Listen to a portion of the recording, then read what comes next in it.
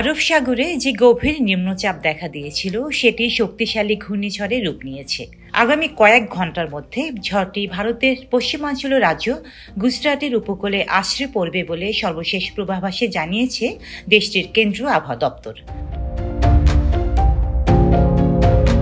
গুজরাটের পাশাপাশি পাকিস্তানের দক্ষিণ পূর্বাঞ্চলীয় প্রদেশ সিন্ধেও ঘূর্ণিঝড় আসনা আঘাত হানবে বলে জানিয়েছে দেশটির আবহাওয়া দপ্তর। শনিবার আইএমডির সর্বশেষ পূর্বাভাসে বলা হয়েছে, এই মুহূর্তে গুজরাটের নালিয়া শহরের পশ্চিম উপকূল থেকে 250 কিলোমিটার, পাকিস্তানের করাচির উপকূল থেকে 160 কিলোমিটার এবং বেলুচিস্তানের পাশনি উপকূল থেকে 350 কিলোমিটার দূরে রয়েছে। বর্তমানে ঘন্টায় 14 কিলোমিটার গতিতে এগোচ্ছে আসনা। এদিকে আসনার প্রভাবে গুজরাটের জামনগর, সুরাট, পোরবন্দর, মোরবি, সরকা এবং কুচ জেলায় গত বুধবার রাত থেকে শুরু হয়েছে ভারী বর্ষণ। অতি বর্ষণের জেরে এসব জেলার অনেক এলাকায় বন্যা দেখা দিয়েছে।